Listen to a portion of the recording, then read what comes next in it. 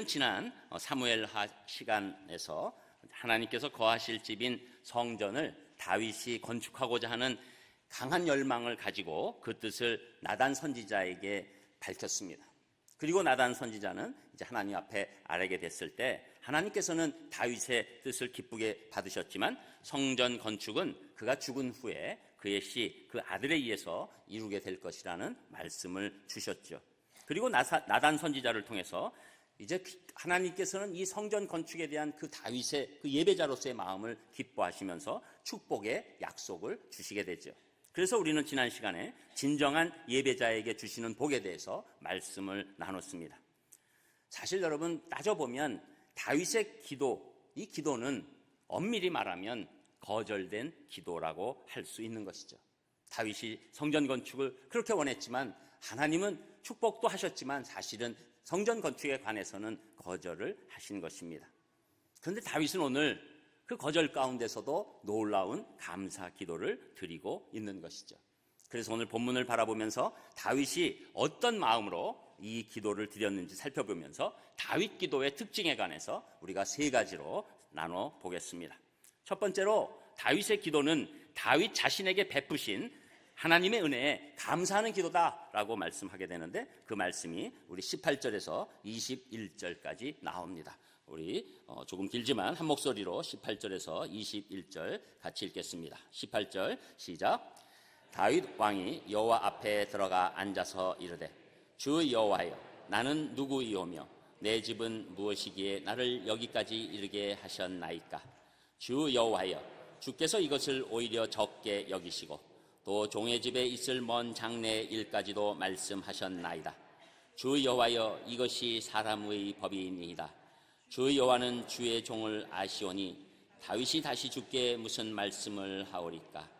주의 말씀으로 말미암아 주의 뜻대로 이 모든 큰 일을 행하사 주의 종에게 알게 하셨나이다. 아멘. 다윗 왕은 오늘 말씀처럼 이 성전에서 기도를 드릴 때 주 여호와여, 주 여호와여 친숙한 그 기도를 먼저 하고 있죠. 여러분 기도자는 하나님과 친숙해야지 그 기도가 깊어지는 것이죠.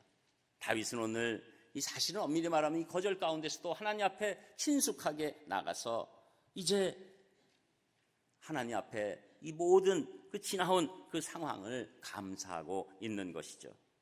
그래서 여기까지 인도해 주신 하나님의 은혜에 감사하고 있는 것입니다.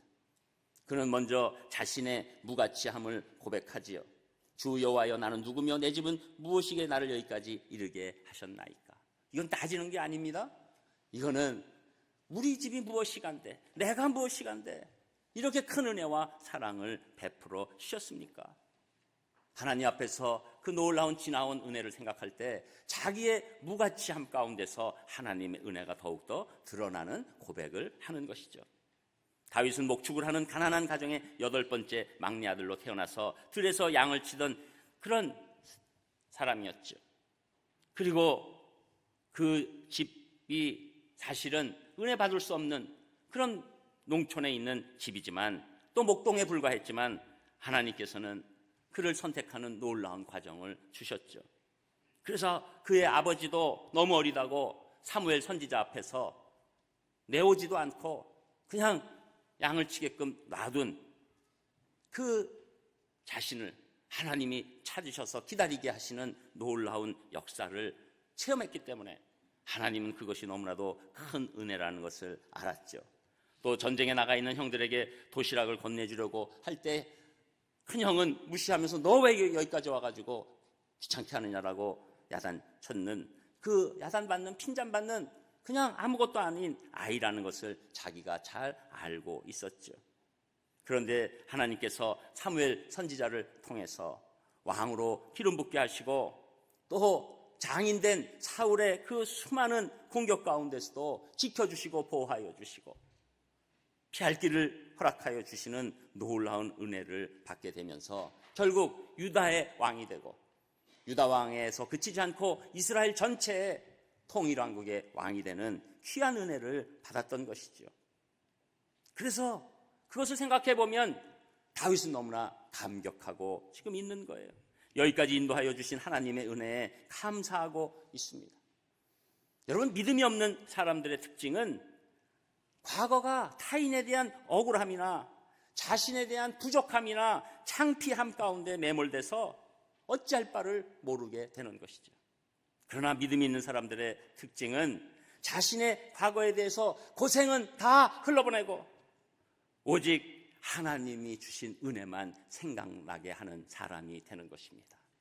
그래서 내 인생을 뒤돌아보면 부족함과 창피함과 또 어떤 때는 억울함과 괘씸함과 여러 가지 일들이 다 있을 수 있어도 그것들은 하나님 안에서 흘러보내고 나에게 오신 그 하나님의 은혜에 집중하면서 내 인생을 하나님의 시각으로 바라보게 된다는 것이죠.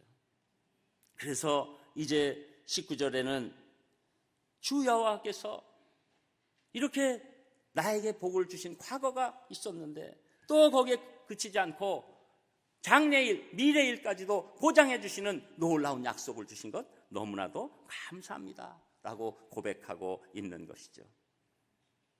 여러분, 우리는 과거는 하나님의 은혜 가운데 있고 우리의 미래는 하나님이 주신 보장과 보호 가운데 있는 줄 믿습니다. 여러분, 이것이 우리가 과거와 미래를 바라보는 놀라운 시각이 되는 것이죠. 그런데 19절 끝에서 보면 주 여호와여 이것이 사람의 법이니이다. 굉장히 해석하기 어려운 부분이에요. 이게 사람의 법이니까 뭐 잘했다는 건지 못했다는 건지. 그런데 이것을 원어적으로 잘 찾아보면 이것은 이것이 하나님께서 사람들을 다루시는 방법이시군요. 이런 고백이에요. 더 나아가면 하나님 어쩌면 저 같은 사람에게 이렇게 엄청난 은혜의 법으로 저를 대해 주셨습니까? 감사합니다. 저를 정죄와 심판의 법이 아닌 은혜의 법으로 달아주셔서 제가 여기까지 올 수 있었습니다. 그런데 거기에 또 미래까지 저에게 보장해 주시는 은혜 너무나도 감사합니다 라고 고백하는 것이죠. 그러면서 20절에는 주 여호와는 주의 종을 아시오니 다윗이 다시 주께 무슨 말씀을 하오리까? 하나님께서 자기가 인생을 이렇게 보니까 다 아셨던 거예요. 내가 나를 아는 것보다 하나님이 다윗을 더 많이 알고 계셨던 거예요. 우리의 약함도, 우리의 안타까움도, 우리의 달란트도, 쓰러짐도, 또 장기도, 아니면 약점도, 강점도, 우리가 가장 아파하는 것도 하나님 다 알아주셨다는 것이죠. 그래서 그것에 대해서 감격하지 않을 수 없다는 것이죠. 여러분, 이 알아주심이라는 이 단어는 지식적으로 안다는 게 아니라 이 관계적으로 아는 거예요. 여러분, 우리가 성경에 나온 안다, 특별히 호세아가 여호와를 알라 그러면 그냥 여호와 그렇지 이런 게 아니잖아요. 하나님을 관계적으로 알라, 체험적으로 알라, 그 얘기하는 것처럼 다윗은 자기에게 늘 인도하신 하나님을 체험 가운데 완전히 관계 가운데 느끼게 되고 나보다도 더 깊이 알고 계시면서 내 길보다 더 아름다운 길로 인도하셨다는 것을 확신하게 된 것이죠. 여러분, 먼저 오늘 마음 가운데 안타까움이 있으신 분 있으시면 하나님이 다 알고 계신 줄 믿으시기를 축복합니다. 특별히 하나님께서는 우리 아픔과 어려움 다 알고 계십니다. 아무도 알지 못해도, 심지어 나도 모르고 있다가 꿈에서 뭐가 번떡 나와가지고 내가 왜 이러지? 그때 내 깊은 곳에 있는 아픔까지도 하나님은 알고 계시고 그 깊은 곳에 있는 두려움까지도 하나님이 알고 계신 줄 믿습니다. 여러분, 우리가 힘든 것은 사람들이 나 알아주지 않는다는 것이죠. 특별히 우리 가족들까지도 나를 알아주지 못할 때 그 마음에 큰 불평과 안타까움이 있지요. 특별히 여러분, 이 아버지들이 이런 상황이 많이 들어갑니다. 사실 이 가장되면 책임감이 항상 있어서 뭐라고 티를 내지는 않아요. 그런데 그러면서도 은근히 알아줬으면 좋겠네 이런다고요. 저는 오늘 여러분들이 어머니는 알아서들 잘 알아주시는 편이니까 아버지들에 대해서 좀 알아주시기를 주님의 이름으로 축복합니다. 오늘 나오신 아버지들 호강하시는 날인 줄 아세요? 날이면 날마다 제가 하는 건 아니고 우리 이 하나님께서 주시는 그 마음 때문에 그래요. 하나님 우리 마음의 깊은 곳까지 찾아가셔서 나는 아닌 척해도 가장 아픈 곳을 알고 계시는데, 알고 계신 것으로 끝나지 않으신다는 거죠. 보니까 21절에 보면 주의 말씀으로 말미암아 주의 뜻대로 이 모든 큰 일을 행하사 주의 종에게 알게 하셨나이다. 하나님 우리를 아시고 또 말씀을 통해서 하나님께서 관계를 맺어주시고 하나님이 나에게 말씀하시고 인도하신다는 것을 하나님께서 느끼게 해주신다는 거죠. 여러분, 이것이 감사한 거예요. 다윗은 이것이 벅찬 거예요. 여러분, 다윗이 왕이 되고 뭐를 승리하고 골리앗을 무너뜨리고 이건 잠깐 지나갑니다. 그러나 20년 동안에 쓰러지고 넘어질 때 다윗이 가장 감사했던 것, 그때 하나님께서 계속해서 찾아와 주시고 내 아들아 일어나라, 내 아들아 다시 나를 봐라, 내가 너를 지킨다, 그런 것들로 이끌어 주신 그 모든 것이 감사한 것이죠. 여러분, 그래서 우리는 2019년을 그렇게 바라봐야 합니다. 우리의 이 뒤돌아봤을 때 어떤 중요한 사건만이 아니라 1년 통째로 우리를 알아주시고 말씀으로 알게 하신 하나님을 찬양해야 될 줄 믿습니다. 여러분, 선교사님들의 그 선교의 능력은 거기에 있는 거예요. 선교사님들 중에서 어떤 분은 정말 놀라운 하나님의 능력을 발휘하고 또 어떤 분은 그렇지 못하는 그 기준점은 다른 것 아닙니다. 인간들이 아무리 알아주지 않아도, 심지어 나를 파송한 교회에서도 알아주지 않아도 하나님께서 나를 알아주시는 것을 느낄 때 그때 힘을 낼 수 있는 줄 믿습니다. 여러분, 우리가 이렇게 지나오면 정말로 하나님께서 인도하신 것을 다 알게 해 주십니다. 그래서 이 오늘 다윗의 이 기도 가운데 첫 번째 부분에서 여러분들이 하나님께서 우리에게 베풀어 주신 그 은혜에 집중하시고, 그리고 내년에도 베풀어 주실 그 은혜를 바라보는 귀한 감사의 기도가 넘치시는 우리 성도님들 되시기를 주님의 이름으로 축복합니다. 그리고 두 번째로는 다윗의 기도는 하나님의 백성됨을 자랑스럽게 여기는 기도를 하고 있는데, 그 기도의 말씀이 22절에서 24절까지 나옵니다. 우리 22절에서 24절 또 함께 읽겠습니다. 22절 시작. 그런즉 주 여호와여, 주는 위대하시니 이는 우리 귀로 들은 대로는 주와 같은 이가 없고 주 외에는 신이 없음이니이다. 땅의 어느 한 나라가 주의 백성 이스라엘과 같으리이까?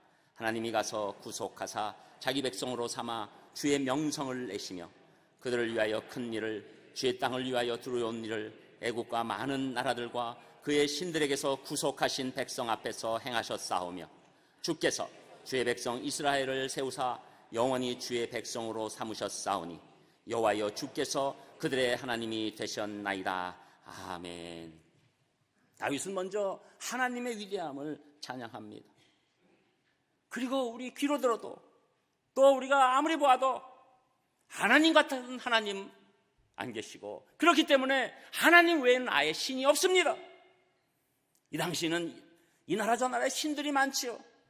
그런데 다윗의 고백은 하나님은 너무 위대하시고 광대하시기 때문에 다른 신은 없고 다 가짜입니다. 유일하신 하나님만이 우리의 신이십니다. 그런 놀라운 고백을 하는데, 그 고백의 다음번이 중요한 것이죠. 그런데 우리가 그 하나님의 백성이라는 거예요. 그렇게 대단하신 하나님의 백성됨을 자랑하고 기뻐하고 있는 것이죠. 다윗의 힘은 바로 여기서 나온 것이죠. 이 세상에서 하나님 같은 분이 없으시다. 그래서 하나님께서는 이스라엘 백성들을 구원하시기 위해서 놀라운 기사들을 보여주시고 베푸셨다. 하나님 백성, 선민된 이스라엘, 자랑스러움이 다윗에게 넘쳐납니다. 이 다윗의 자부심은 이 교만이나 아니면 착각이 아닙니다. 이것은 너무나 하나님 안에서 정말로 하나님에 대한 긍지가 있는 그런 모습을 보이는 것이죠. 구체적으로 다윗은 첫 번째, 이스라엘은 출애굽이라는 역사상 전대미문의 구원을 체험한 백성이죠. 바다가 갈라지는 체험을 했죠. 그리고 그것은 구원이고 쫓아오는 애굽의 군대들을 다 수장시키는 엄청난 체험을 하고, 지금은 쫄쫄 흐르지만 그 당시에 엄청나게 흘렀던 요단강을 제사장을 앞세워서 갈라지게 해서 또 얼었죠. 그 당시 가장 오래된 도시 여리고성이 한순간에 무너지는 체험을 했지요. 그 당시에 진치고 있었던 가나안 백성이 하나하나 무너지는 그 모든 모습을 바라봤죠. 여러분, 여기에 놀라운 감사와 자랑이 있는 것이죠. 그래서 아무것도 아니었던 이스라엘에게 하나님께서 오늘 말씀대로 명성을 내셨다는 거예요. 이스라엘이 뭐 별 볼 일이 있는 백성입니까? 하나님이 놀라운 기사를 주시니까 이스라엘의 명성이 생긴 것이죠. 명성이 하나님으로부터 온 것이지 사람으로부터 온 것이 아닙니다. 또한 명성이 사람으로부터 온 명성은 무너지게 돼 있습니다. 그래서 오늘 그것을 기뻐하고, 두 번째로는 하나님께서는 많은 민족이 있지만 그 가운데 이스라엘 백성을 특별히 제사장의 나라로 택하셨다는 겁니다. 여러분, 우리는 제사장의 나라라고 그러면 뭐 그게 뭐 이렇게 대단해, 그냥 제사나 계속 드리고 그러는데, 근데 그게 아니에요. 여러분, 이 땅에서 하나님으로부터 죄사함의 경험을 받은 유일한 민족 이스라엘 백성이고, 죄사함을 받는 그 방법을 깨닫는 민족, 그것이 이스라엘 유일한 민족인 것이죠. 여러분, 우리가 죄사함 받는 방법에 대해서 보통 어떻게 생각합니까? 그러니까 죄사함 받기 위해서는 우리도 어떤 선행을 해야 되고, 우리가 돌을 닦고 공을 세우고 이런 쪽에 집중하잖아요. 왜 그렇습니까? 하나님의 말씀이 알려지지 않고 느끼지 못하니까 죄사함이 그런 걸로 해결되는 것일 줄 알죠. 그러나 하나님께서는 이스라엘 백성을 택해서 가장 깨끗하고 선한 어떤 존재가 그 죄를 지고 죽어야 된다, 피를 흘려야 된다, 그것을 이스라엘 백성에게만 알려주신 것입니다. 이것이 여러분 엄청난 복입니다. 그래서 그것을 깨닫고 있는 것이죠. 별로 그렇게 복 같은 분위기가 아니네, 이게 지금. 딴 쪽에서랑 느끼는 건 비슷한 거 아니에요? 여러분, 죄사함을 받고 죄사함을 하는 그 방법을 안다는 거 엄청난 걸로 믿으시기를 축복합니다. 이게 보통 엄청난 일이 아니에요. 그리고 세 번째로 이스라엘 백성은 하나님의 말씀을 듣고 받고 인도함 받는 말씀이 있는 백성이죠. 그리고 기도할 때 응답받는 민족이었습니다. 그래서 신명기 4장 7절에서 8절에 보면 모세가 이렇게 얘기합니다. 우리 하나님 여호와께서 우리가 그에게 기도할 때마다 우리에게 가까이 하심과 같이 그 신이 가까이 함을 얻은 큰 나라가 어디 있느냐? 오늘 내가 너에게 선포하는 이 율법과 같이 그 규례와 법도가 공의로운 큰 나라가 어디 있느냐? 하나님 백성에 대한 그 말할 수 없는 자긍심이 흘러나오죠. 여러분, 그렇다면 이러한 자랑과 특권이 비단 그 옛날 이스라엘 백성들에게 주어진 것입니까? 아니죠. 영적 이스라엘인 예수 그리스도를 믿는 우리에게 이 이스라엘보다 훨씬 더 큰 하나님의 은혜가 우리에게 임한 것입니다. 여러분, 예수 그리스도를 구주로 믿는, 우리가 지난 크리스마스 예배 때 보신 것처럼 예수 그리스도를 믿는 자에게, 예수 그리스도를 나의 주인으로 믿는 자에게 하나님의 백성이 되는 권세를 주시는 그 놀라운 예시 가운데서 우리도 본 것처럼, 여러분, 이 이스라엘 백성에게 주어졌던 일시적인 구원은 이제 우리 영적 이스라엘 성도들은 십자가를 통해서 확실하고 영원한 구원으로 확장시켜 주셨습니다. 이스라엘이 받은 구원보다 우리의 구원이 더 큰 줄 믿습니다. 그리고 기적도 확장돼서 이스라엘 공동체와 몇몇 사람에게만 주어졌던 기적이 이제는 예수 그리스도를 믿고 순종하는 크리스찬 누구에게도 수시로 공급되는 놀라운 일들을 허락하게 되시는 거죠.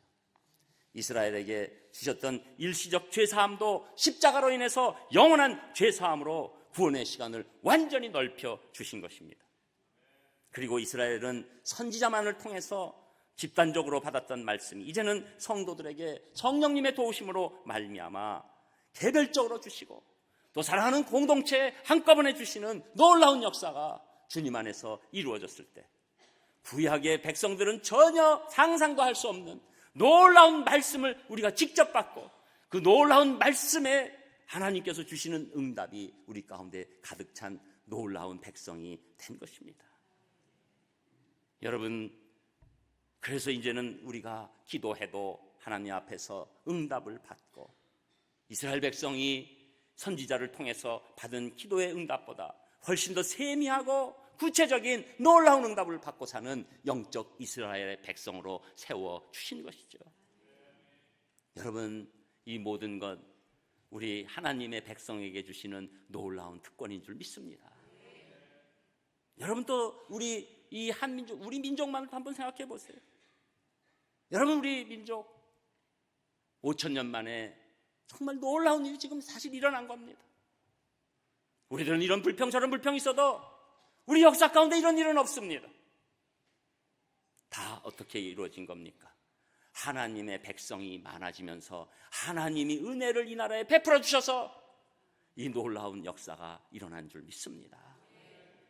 여러분, 그 얘기 길게 하기는 어렵지만 여러분, 산업화와 민주화도 하나님이 교회를 통해서 은혜를 베푸시는 놀라운 사랑 가운데서 이루어진 거죠. 여러분, 우리는 여러분이 갖고 있는 이 정치적인 그 신념과 상관없이 여러분이 진보든 보수든 꼭 같이 얘기하실 것이 있는데, 산업화와 민주화 같이 얘기하셔야 합니다. 다 그 안에 하나님의 은혜가 들어가 있어요.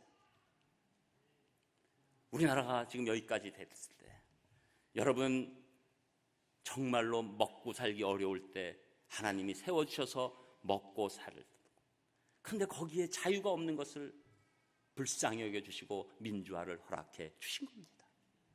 여러분, 두 축 중에 한 축이 무너지면 아무것도 안 되는 거죠. 아무리 잘 먹고 잘 사는 것 같아도 민주화가 안 되면 그 삶은 끌려다니는 삶이요, 힘이 없는 삶이죠. 또 하나님이 공급하셔서 산업화를 이루지 못했다면 결국 그 민주화는 혼란으로 무너지게 되는 것입니다. 그래서 한동안에 이 아프리카 북부 쪽에 있었던 여러 가지 운동들이 지금 완전히 없어진, 그것은 결국은 그런 일의 결과가 되는 것이죠. 저는 여러분, 대한민국이 여기까지 온 것, 저는 100% 하나님의 은혜인 줄 믿습니다. 앞으로도 대한민국의 이 모든 상황의 온전함은 하나님으로부터 오는 것이지 사람으로부터 오는 것이 아니라고 저는 믿습니다. 그래서 우리가 이 지금 어려운 시간에 우리 민족을 위해서 사람에게 의지하는 게 아니라 하나님께 기도해야 된다고 믿는 것이죠. 그래서 우리가 그것들을 알고, 또 우리는 이 산상교회 같은 공동체니까 하나님이 산상교회에 보내주신 것을 여러분 감사하게 여기시기를 축복합니다. 이게 제 입으로 얘기해서 미안한데 그냥 연말이니까 이해해 주세요.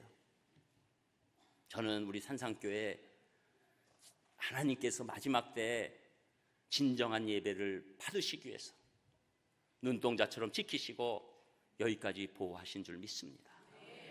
또 자발적이고 진실한 신앙을 위해서 마지막 때 여기까지 지켜주셔서 부족해도 하나님께서 아름다운 샘플로 보여주시기 위해서 인도하신 줄 믿습니다. 여러분, 오늘도 우리 석지산 기도 가운데서도 우리가 이 공간에 와서 마음껏 예배드리고 같이 공동체 식사를 하고 격려하고 그리고 힘을 받고 세상에 나갈 수 있는 것, 큰 복이에요. 여러분, 교회가 어려워지기 시작하면 교회 와서 힘을 받으려고 하다가 힘이 다 빠져서 갑니다. 아침 새벽부터 별보기를 해가지고 밤까지 봉사하는데 힘이 나오는 게 아니라 빠져나가는, 여러분, 저는 여러분들이 영적인 힘도 받을 뿐만 아니라 우리는 예배 한 번만 싹 드리고 밥 먹고 가는 분들이 대부분이기 때문에 육적으로도 큰 힘을 받는 줄 믿습니다. 양심 있으면 웃으세요. 여러분, 저는 이거를 비아냥거리는 게 아니에요. 여러분, 우리 교회 공동체는 하나님 앞에 나와서 열심히 섬기기도 해야죠. 우리 성가대 열심히 섬기죠. 우리 성가대가 다른 교회에서는 명함을 못 내밀지만 우리 산상교회에서는 제일 오랜 시간 섬기는 줄 아시길 바랍니다. 그래봤자 뭐 주일날 이렇게 딴 교회에서는 뭐 그렇게 명함을 못 내밀어요. 그러나 이렇게 주일날 아침에 일찍 와가지고 또 오후 또 막 2시 반까지 연습하면 우리 교회에서는 1등이에요. 시간적으로. 근데 제가 왜 이 얘기를 하냐면, 여러분, 교회는 하나님으로부터 우리가 하나님께 진짜로 예배드렸더니 하나님이 힘을 주시는 장소입니다. 저는 그래서 내년 표어가 예루살렘을 사랑하라고 하는 것은 우리 산상교회를 여러분 사랑하시고 소중히 여기시기를 주님의 이름으로 축복합니다. 그러니까 결국은 무엇입니까? 내가 영적 이스라엘 된 것, 내가 이 나라 이 민족의 백성이 된 것, 내가 산상교회의 성도가 된 것, 다 하나님의 은혜입니다. 이것을 고백하게 되는 것이죠. 저는 이것 때문에, 여러분 하나님 백성 때문에 놀라운 찬양과 감사와 예배를 올리시기를 주님의 이름으로 축복합니다. 그리고 끝으로 세 번째, 다윗의 기도는 하나님의 약속의 말씀을 붙잡는 기도였는데 그 말씀이 25절 26절에 나옵니다. 우리 두 절 같이 읽겠습니다. 25절 시작. 여호와 하나님이여, 이제 주의 종과 종의 집에 대하여 말씀하신 것을 영원히 세우시며 말씀하신 대로 행하사 사람이 영원히 주의 이름을 크게 높여 이르기를 만군의 여호와는 이스라엘의 하나님이라 하게 하옵시며 주의 종 다윗의 집이 주 앞에 견고하게 하옵소서. 아멘. 하나님께서는 자신의 일보다 늘 하나님의 일을 우선시하는 다윗을 향해서 약속해 주신 것 지난 시간에 이미 봤었죠. 그래서 9절에, 이 앞선 9절에 보면 다윗의 이름을 존귀하게 만들어 주겠다, 11절에 평안을 주겠다, 12절에 후손에게 복을 주겠다, 16절에 다윗의 후손들이 그 나라를 이어서 다스리도록 해 주겠다. 다윗은 오늘 이 말씀의 고백을 지금 25절에 축약해서 하고 있는 것이죠. 종의 집에 대해서 이렇게 말씀대로 영원히 세우실 줄 믿습니다. 이 약속을 붙잡는 거죠. 다윗은 참으로 하나님 마음에 합한 사람입니다. 성전 짓겠다는 것에 대한 이 거절 받았는데 거기에는 전혀 신경 쓰지 않아요. 다윗은 오직 하나님이 주신 약속의 말씀만을 붙잡고 나가는 것입니다. 요들이 나와서도 미안한데 그냥 주무시는 분들 일어나는 소리라고 듣고, 여러분 다윗은 하나님 앞에 거절이 전혀 문제가 안 돼요. 자기에게 복이라고 느끼는 거예요. 그래서 그냥 하나님 주신 약속의 말씀만. 여러분 효자 효녀의 특징은 부모님이 하신 섭섭함은 다 잊어버리고 부모님이 베풀어 주신 은혜 가운데 사랑하는 자가 효자 효녀죠. 하나님께 다윗은 효자였습니다. 거절은 전혀 생각도 안 나요. 그래서 다윗의 생애에서 성전 건축에 대해서 절대 언급하지도 않습니다. 그리고 오직 하나님 주신 약속만을 붙듭니다. 이 약속의 말씀을 붙잡고 기도하게 되는 놀라운 기도자로 바뀌게 되는 것이죠. 여러분 약속의 말씀을 확신하면 기도하게 돼 있습니다. 우리 생각에는 기도거리가 많으면 기도 많이 할 것 같죠. 그렇지 않습니다. 약속의 말씀이 오기 시작하면 기도가 넓어집니다. 여러분 약속의 말씀을 듣지 않으니까 우리가 기도하더라도 계속 맴도는 기도만 하게 되는 것이죠. 그리고 자신의 얘기 몇 가지 하다가 할 얘기가 없게 되는 것입니다. 여러분 마태복음 6장 7절에서 그래서 예수님께서 기도할 때 이방인과 같이 중언부언하지 말라, 그들은 말을 많이 하여야 들으실 줄 생각하느라. 여러분 이 말씀은 기도를 오래 하지 말라는 뜻이 아니에요. 그냥 기도를 주문처럼 하는 안타까운 모습을 바라보신 거죠. 심령에 하나님의 약속이 없기 때문에 결국 그런 기도는 주문으로 바뀌게 되는 것입니다. 맨날 기도의 성장이 없고 같은 기도하다가 나중에 응답이 없는 것 같으면 지치고 절망하고 실망하고 기도가 끊어지게 되는 것이죠.